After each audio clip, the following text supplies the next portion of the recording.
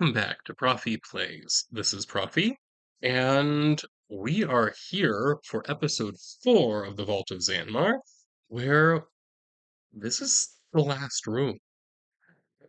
So, our villagers, 11 of them, by name, Ferb, Phineas, both farmers, Helmut, a healer, Igor, an indentured servant, Jolly, a jester, Marv, a mendicant,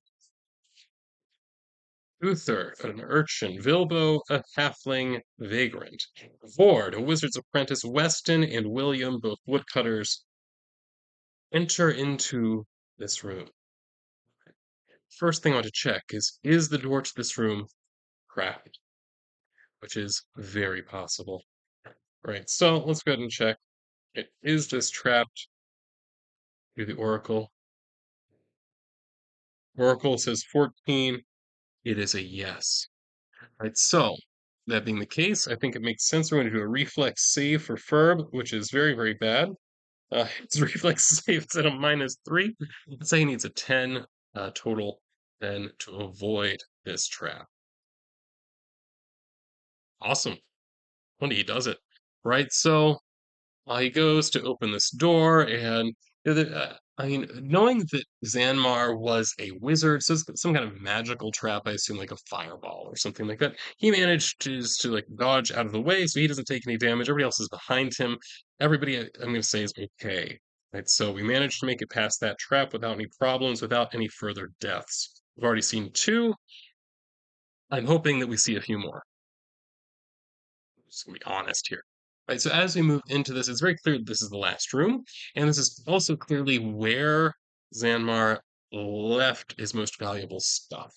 Right, so you look around the room, there's all kinds of things here. There are trunks, some of them open, right, filled with gold, right there. So let's say there's probably armor around, maybe some weapons, this kind of thing. And then also in a glass case is an artifact. So I don't know what the nature of this artifact is. I really don't know off the top of my head. I don't have something obvious in mind. Right, so let's go ahead and I'm going to roll a D100 a few times on the general oracle table here. He calls it the Grand Oracle. Right, so I'm going to get an action, description, subject. These will tell me something about this thing. So it is attack, 23, destroyed, 20. Attack, destroyed, council. Attack, destroyed, council. So I'm trying to think of a physical object that would capture that. Right, so the thing that's coming to my mind, right, is that this is probably something, I'm guessing like a scroll or something along those lines. I think that's what it is, right? So it is, well, and it makes perfect sense. We know that it's going to be helpful in summoning a demon. This is actually literally the scroll that would be used for summoning this demon. Okay, right, so it has the spell on it that would allow you to summon this particular demon out of its own sphere or whatever, right, and then into our world. And so that is what we have here in this room in a glass case, which also may possibly be trapped. We don't know, right? But I think also in this room, we need to explain why it is nobody else has gotten in here. There is a guardian of some kind, right? So what kind of guardian is it that is in this room? That's something we want to check, right? So let's go ahead and roll on my D10 table. It's a 10. Wolves. Right, so there are apparently wolves in this room. Okay, wolves are on page 431 in the Dungeon Crawl Classics book.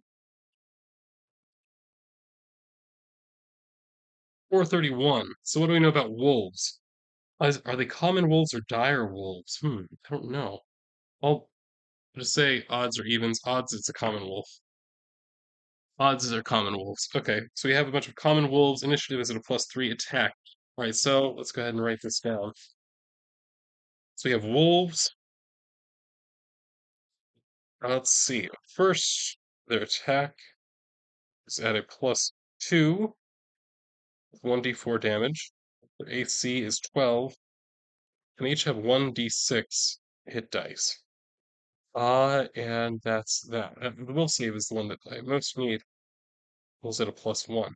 So in order to make this a somewhat balanced fight, what I am going to do, I'm going to have the number of hit dice, right, for the monsters be equal to the number of opponents that they have, which in our case we have 11 of our people have made it through. So it means we're going to actually have 11 wolves. This is kind of one-on-one as far as that goes. So actually, I think I might actually run things that way, that I have, right, each of them paired up, right? So there's a wolf and also the person with them. So I'm going to actually do that. So we have, right, so wolf, oh, how many hit points? I'm just going to do one roll for hit points. Okay, all the wolves have one hit point. Oh my gosh, this is going to be easier than what I want it to be. Oh well. Right, so each wolf has one hit point. So we have wolf number one. So I guess I'm just going to put them by name. Right, so you have Ferb, Phineas, right, Helmut, Igor, Jolly, Marv, Uther, and Vilbo,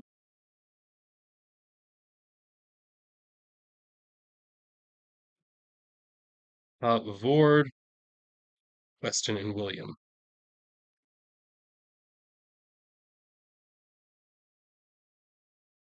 Right, and let's see what happens. Right, so again, I'm going to do side initiative. They have, I believe I said a plus. Let's just do a +2 for both sides. So whoever rolls higher. So this is for the Wolves. Wolves get 9. PCs get 17. So the PCs get to go first. All right.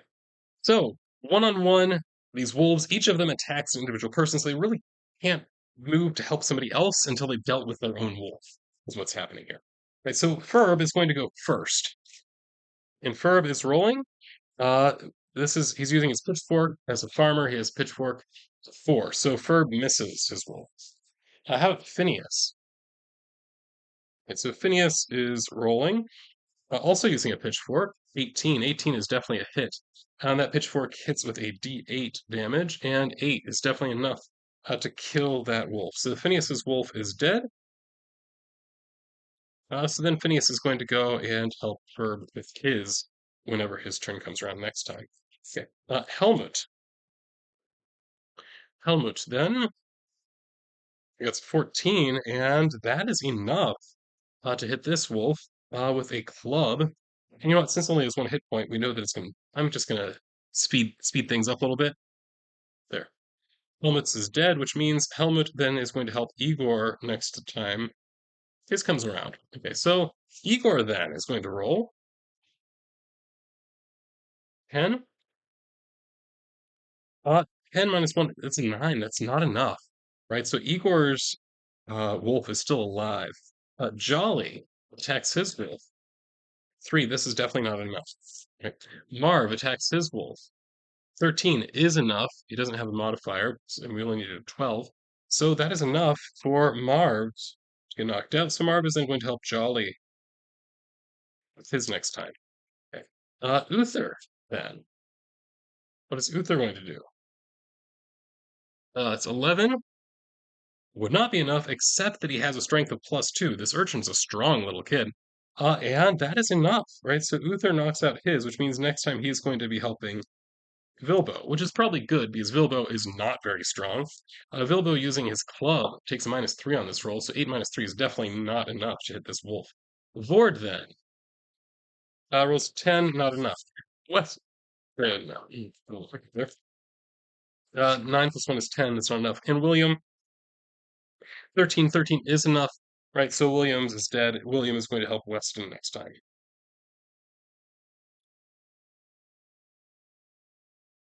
Okay, so before I have them attack, at this point, 5 of the wolves have been killed.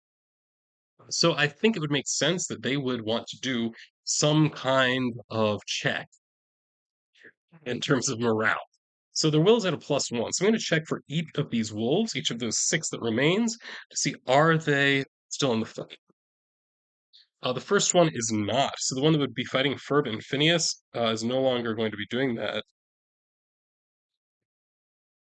which then frees up Ferb and Phineas to deal with other wolves. The one that would be attacking Igor and Helmut is still in the fight. The one to be attacking Jolly and Marv, definitely still in the fight. The one to be attacking Vilbo and Uther, still in the fight. The one to be attacking Vord and I decided Ferb is still in the fight. And the one to be attacking Weston and William, not in the fight anymore. So we need to reassign Weston and William to other things.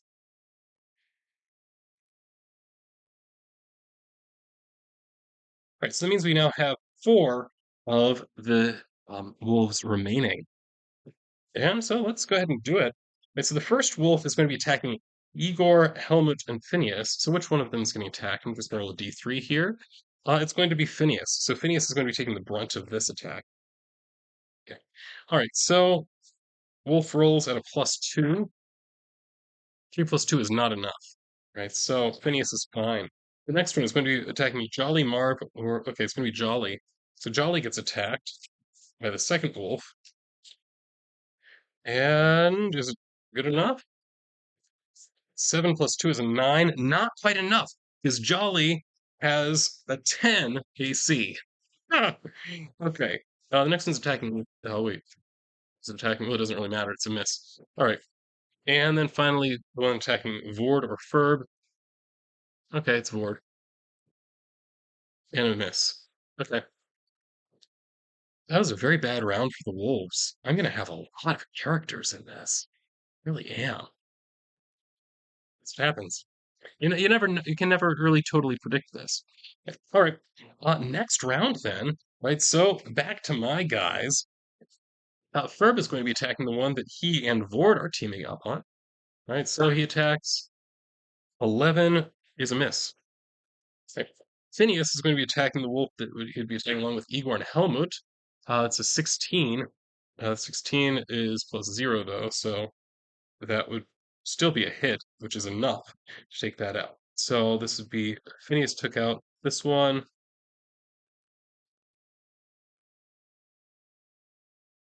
And so I'm just reassigning people. All right, now Helmut. Helmut is going to be attacking. Although they would also be attacking Vilbo, Uther, and William. So he's missing. All right.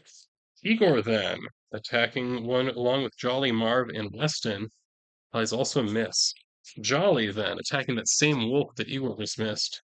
12 is actually a hit. Okay, good. So he can actually take that out. So Jolly, Marv, Weston, and Igor get reassigned.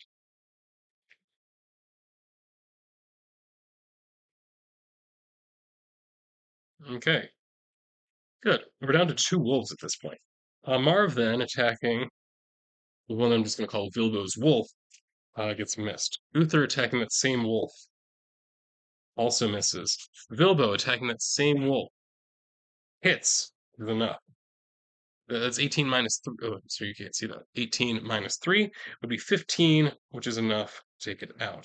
Okay, so there's just one wolf left, which Ward is then going to attack and hit. It's shockingly well. Like disturbingly well. All right. So here we go.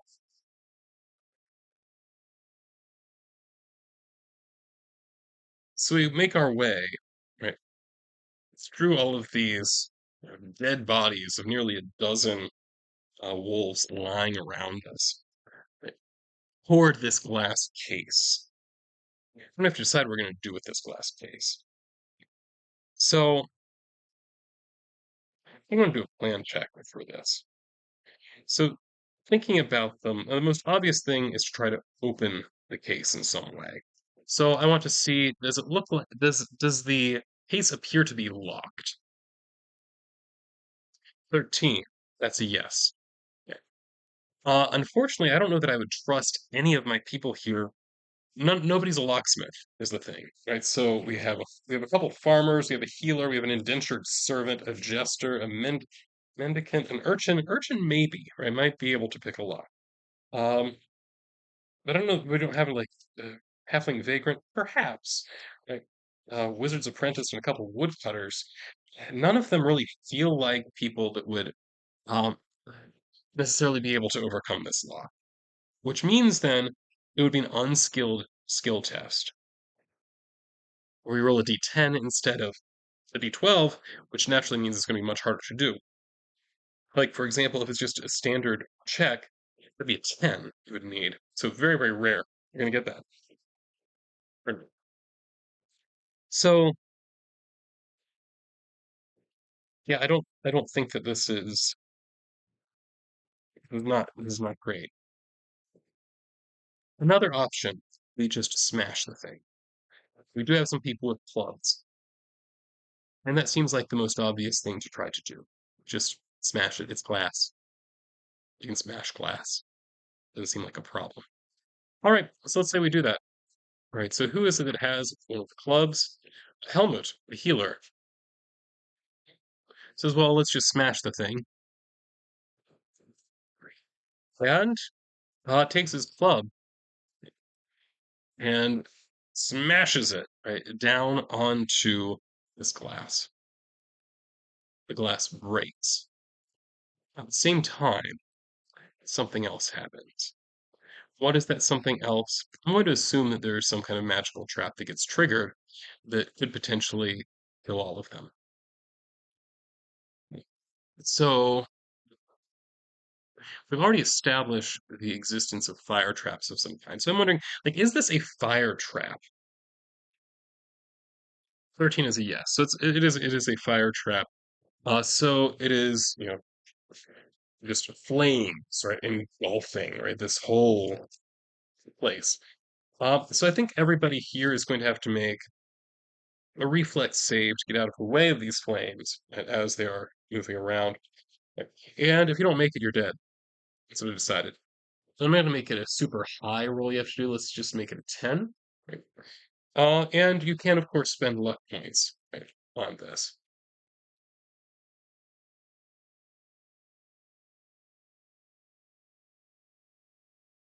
Well, Ferb is dead because he has a luck score of 9. Right? Add 9 to the 1, that would be a 10, except that he has a reflex save modifier of -3. We can't save Ferb. Ferb is down. I might turn him over, and it turns out he was just a bit singed. He's down. Okay. Then how about Phineas? Phineas gets a +2 on this one. Phineas is okay. Helmut is okay. Igor is not okay. But he can spend 2 luck points, which I think he's going to do. Survive that. So Igor, still around. Jolly. 7. He doesn't have any modifier on this, so it's going to eat away at his luck score. So he has to spend 3 luck points to increase that. Marv, 14, which is sufficient. Uther is at a -1 on this, but still rolls fantastically. Vilbo, reflex at a -1, that'd make it a 2. He has to spend a bunch of luck points to get through here. But he is, after all, a halfling. And halflings have a special relationship with luck. That is, he only has to spend half as much luck to get certain points. So because he needs a total of 8 points, he needs to spend 4 luck points.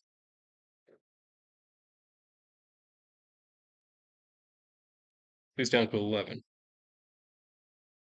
All right. Lord,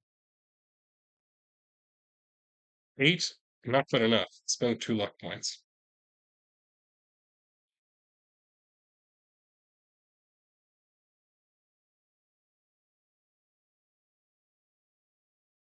Weston, not quite enough. Spend the luck point.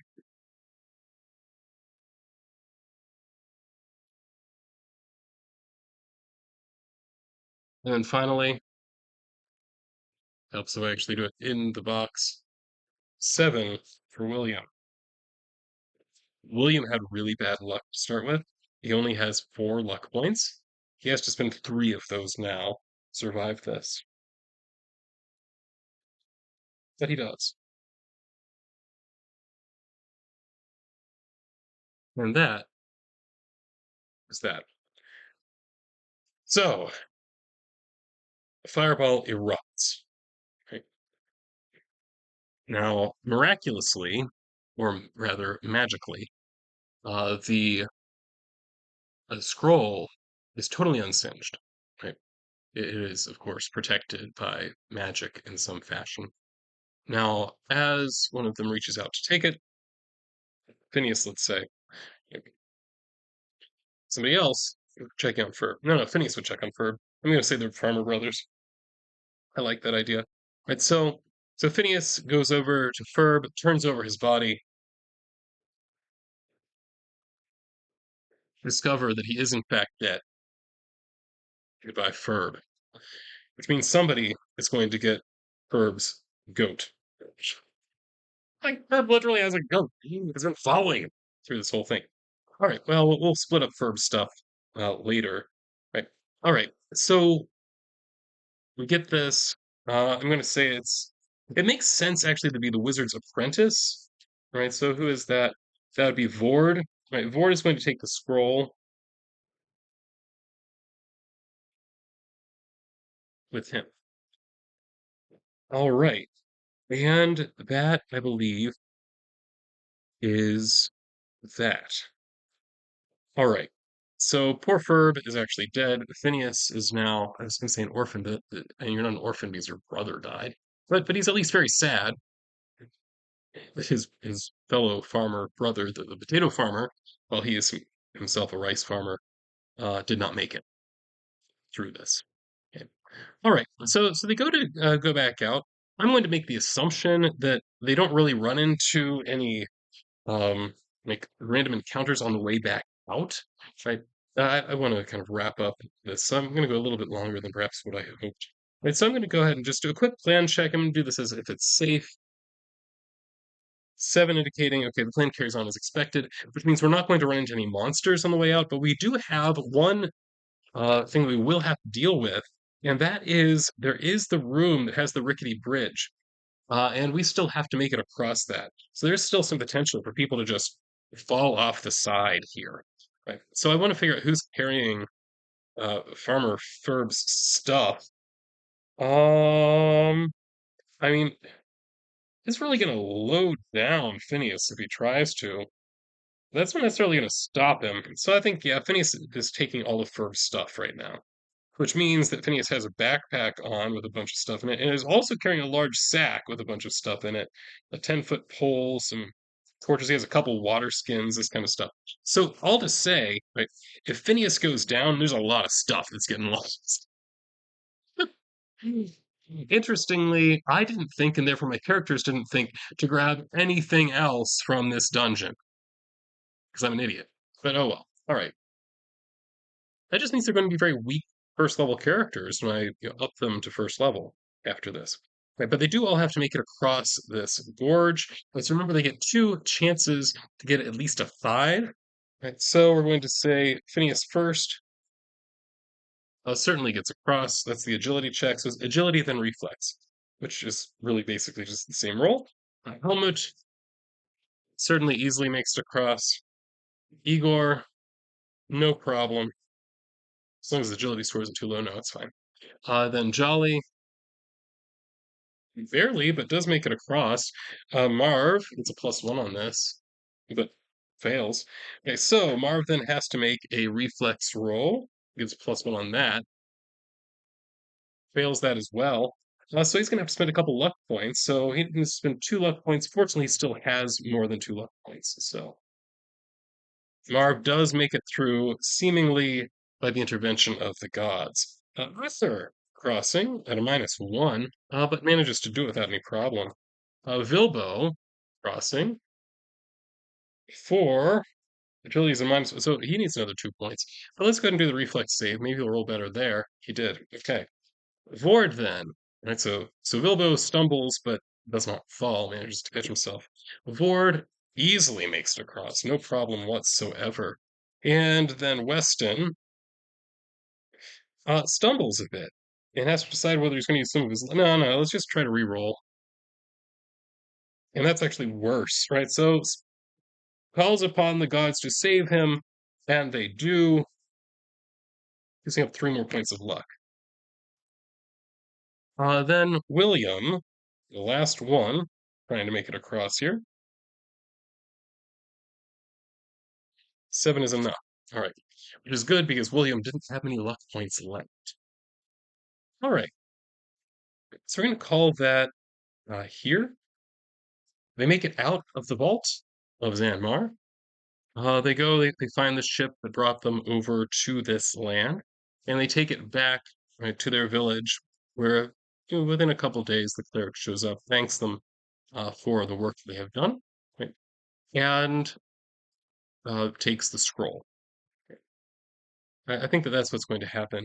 Makes sense. Because we have mostly lawful people here. I don't see that. Yeah, we do have Uther the Urchin. So the question is Uther the Urchin going to try to steal this thing? Because that is a real possibility, actually. So I actually I want to check that. So does Uther the Urchin try to steal this? Yes. When he's absolutely yes. Okay. So who's he trying to steal it from? I'm trying to remember who's oh yeah, that's right. It's Ward. Ward is the was his apprentice. Okay. The question is okay, so I want to do first let's do Uther's skill check. As an urchin, he's gonna have a reasonable skill check here. So I think we're gonna roll the d20, give him some agility. 3. Right. So I'm going to say that Vord for his, and this is going to effectively, I'm going to use the luck modifier. So I'll add his luck modifier to this, and he has to get a total of at least 3. His luck modifier is a +1. Yeah, Vord catches him right as Uther is trying to steal this. Now Uther's an urchin, so I think that he's fairly young. So I'm inclined to say that Vord is probably just going to forgive him for this.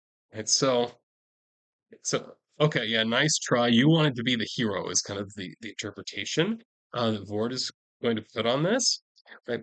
But today's not your day to be the hero, son, and that's that. All right.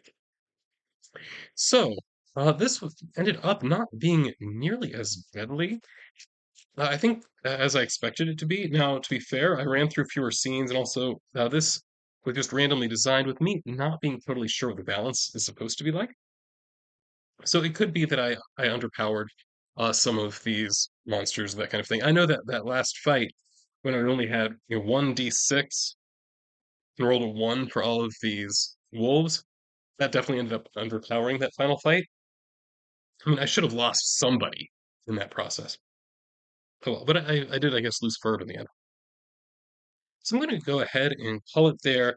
At this point, we are going to have then a good chunk of 1, 2, 3, 4, 5, 6, 7, 8, 9, 10 adventurers that are now going to have to take on level 1 classes.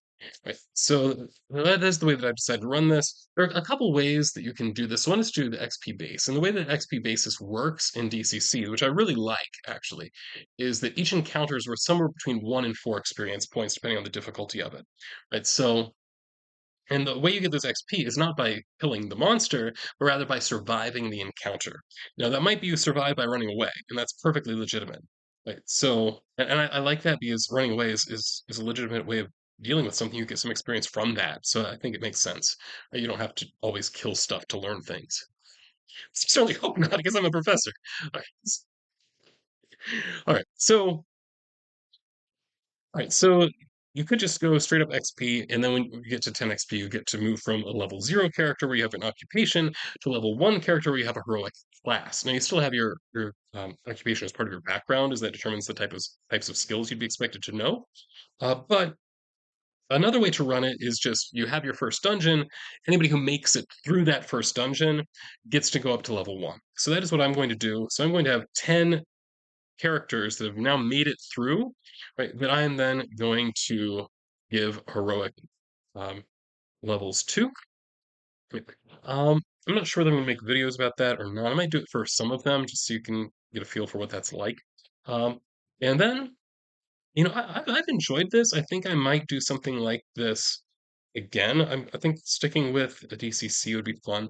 Um, I think I might try swapping out for a different Oracle system.